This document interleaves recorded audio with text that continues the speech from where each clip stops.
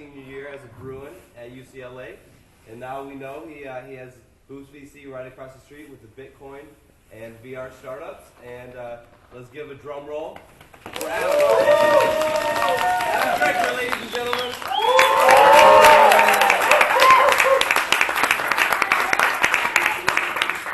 I'm gonna have him come around to all my events. From me. I like that was a good intro. There's a lot of hype in that. That was good. I'll sit for now. Might stand at some point. Do most people sit? Is that a thing? No one sits. Why do you there a chair up here? In case you want to sit. Okay, I'll still sit. Okay, so I have no idea what you guys want to know, but I'm happy to talk about all things in the startup world. This is Resource Week, right? Or what week is it this week? Money. It's money. Yeah. Okay, so I would say here I'll give you my background. Although the hype was there, there are a few small things I can add to my background. I was the founder of Expert Financial. I started that about 8.5 years ago. We were, which was a company to help later stage companies raise capital online. It was something like, you guys might have not heard of these, but Second Market or Shares Post. It was the idea like, right now you guys would probably want to buy shares of Uber or something like that. Like we were a company trying to facilitate that before those companies could go public, which was it was an interesting time for that. But it wasn't Uber; it was Facebook and Twitter back then. Like you would be one. Yeah. Now those companies are public. You could actually buy those shares if you are older than 18. So then I ran that for about 4 years. Over the course of that time, I really had fun.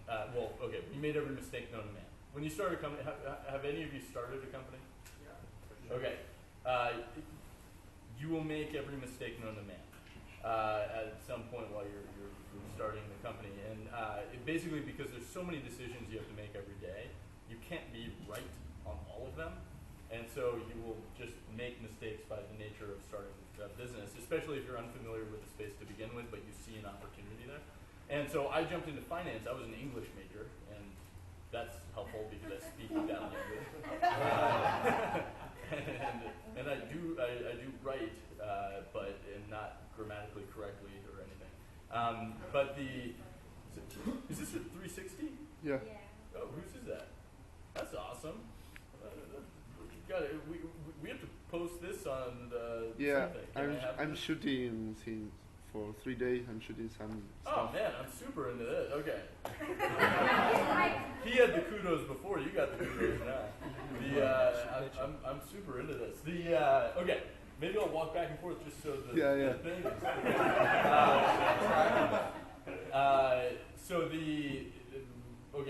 You make a lot of mistakes. That's basically what a startup is. It's running into a wall repeatedly for an extended period of time and never actually finding any door. And maybe 10 years down the line, you might find some semblance of the doorway. But what I found was I gained this experiential knowledge to help entrepreneurs not make the same mistakes I did. I was able to meet with entrepreneurs and say, like, don't do that. That's going to set you back 6 months. Because it did set me back 6 months, or that kind of thing. And I helped one of my friends come up with their idea, build their product, and raise capital. And I found that very fulfilling for me. That's what I found I wanted to be doing that. And so doing that in bulk was called an accelerator. And so I ended up leaving Expert Financial to found what became Boost VC because I wanted to be able to help entrepreneurs at scale.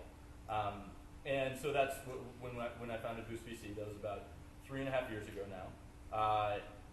I pulled my co-founder, Brayton Williams, by the way, co-founders, very important, away from Expert Financial. Actually, technically, it's a funny story. I fired him, but then I hired him to be my co-founder. It was I didn't want to fire him. It was a decision from the management team to fire a lot of people. And one of them was Brayton. I really like Brayton. I thought that he was a really hard worker.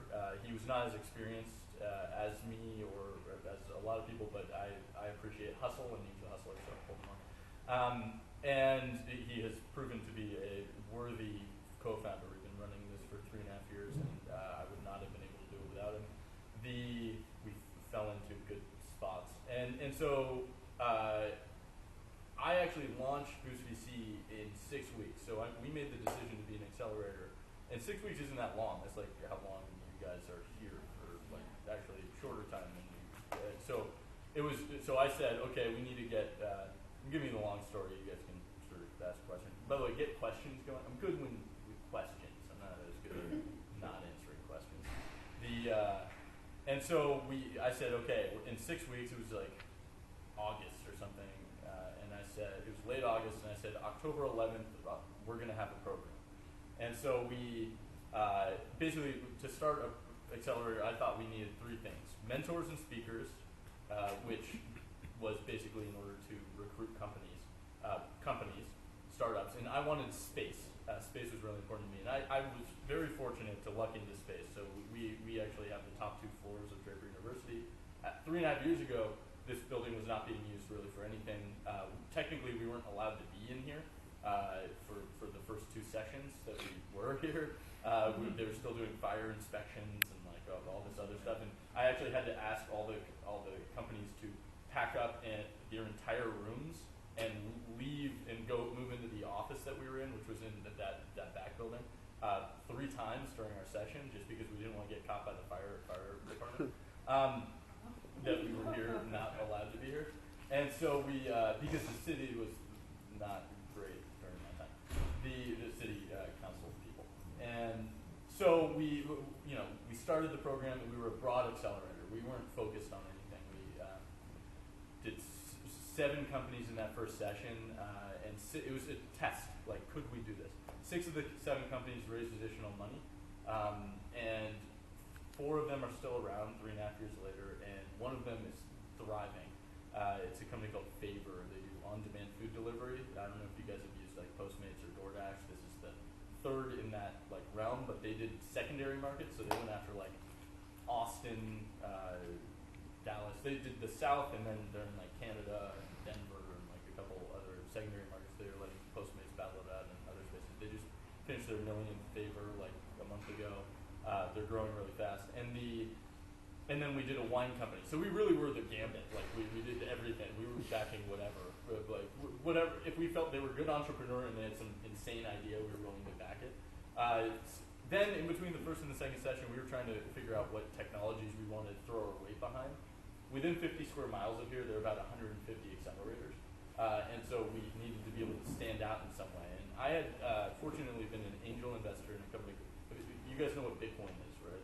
Yeah. Okay. By the way, 3 years ago, that was not a crazy question. Like, all of you were like, yes, we know what it is. But like, it was no one knew what Bitcoin was. I had to explain what Bitcoin was and then talk about what I was doing. But do any of you own Bitcoin? Okay, so do you have Coinbase wallets? Yeah?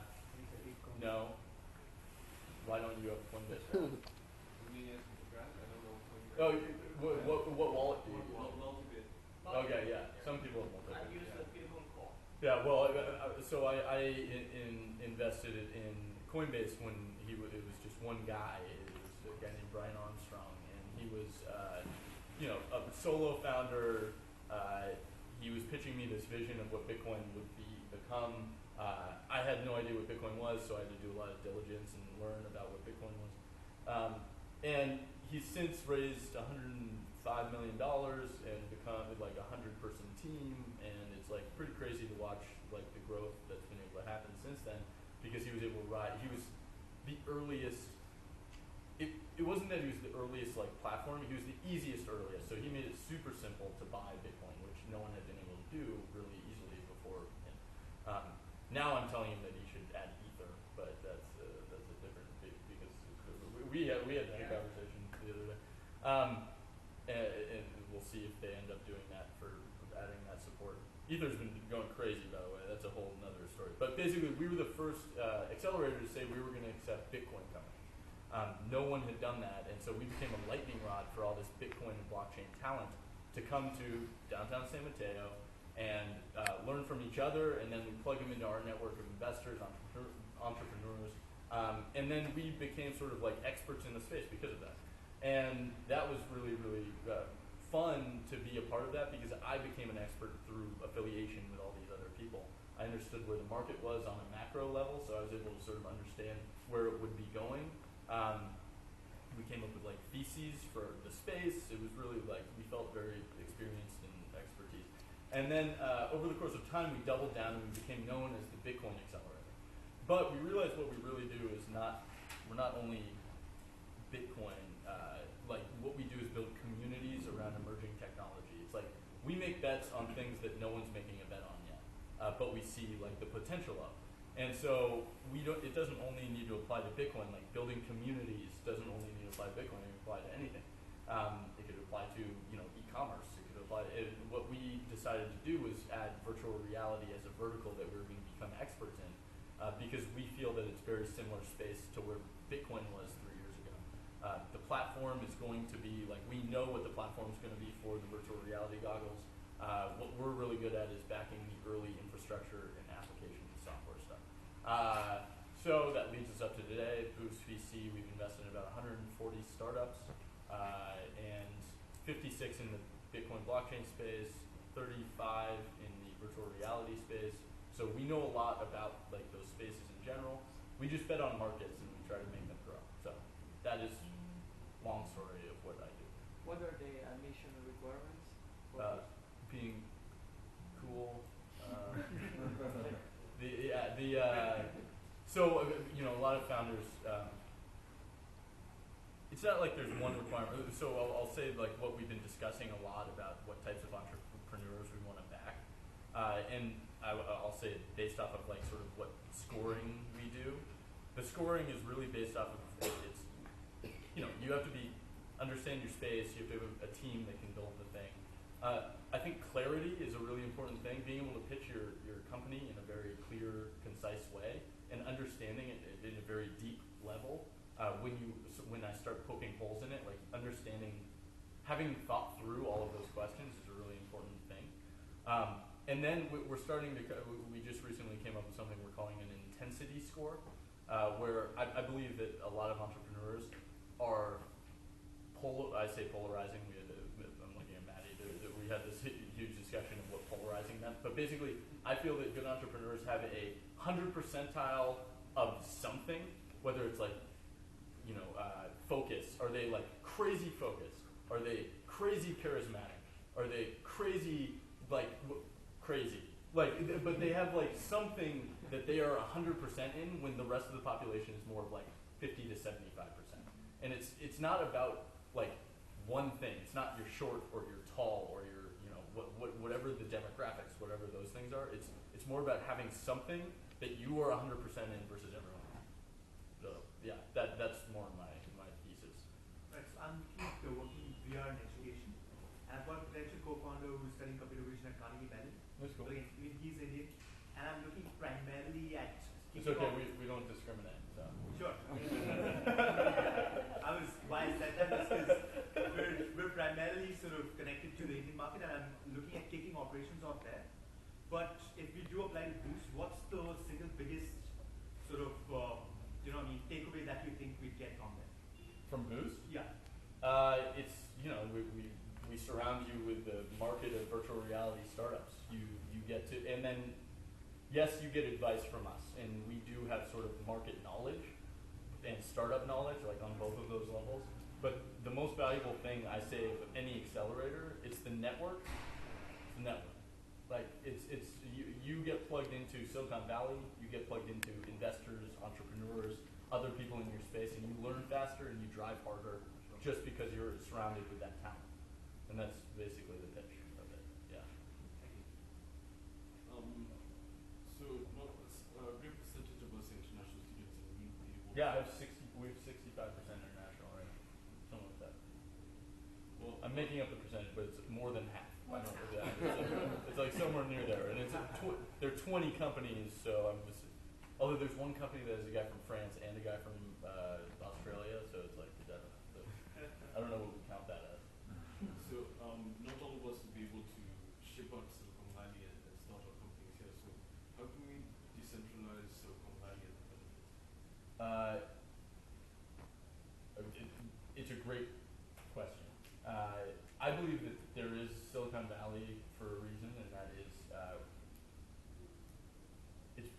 because we've had this history of risk taking and success with that risk taking, and so we've developed this great infrastructure and investor group platform for people to come here.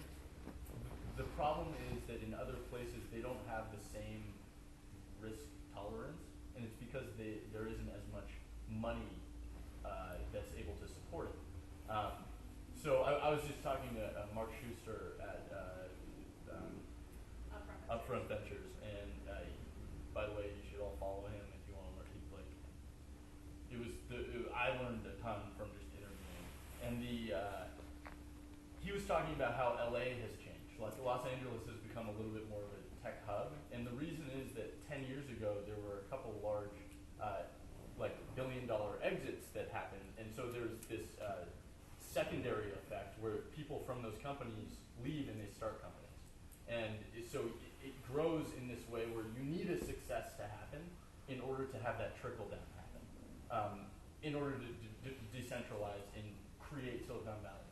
But caveat to that, no one should try to imitate Silicon Valley. Every place should be their own thing. Play to the strengths of whatever your location is. New York is good at media.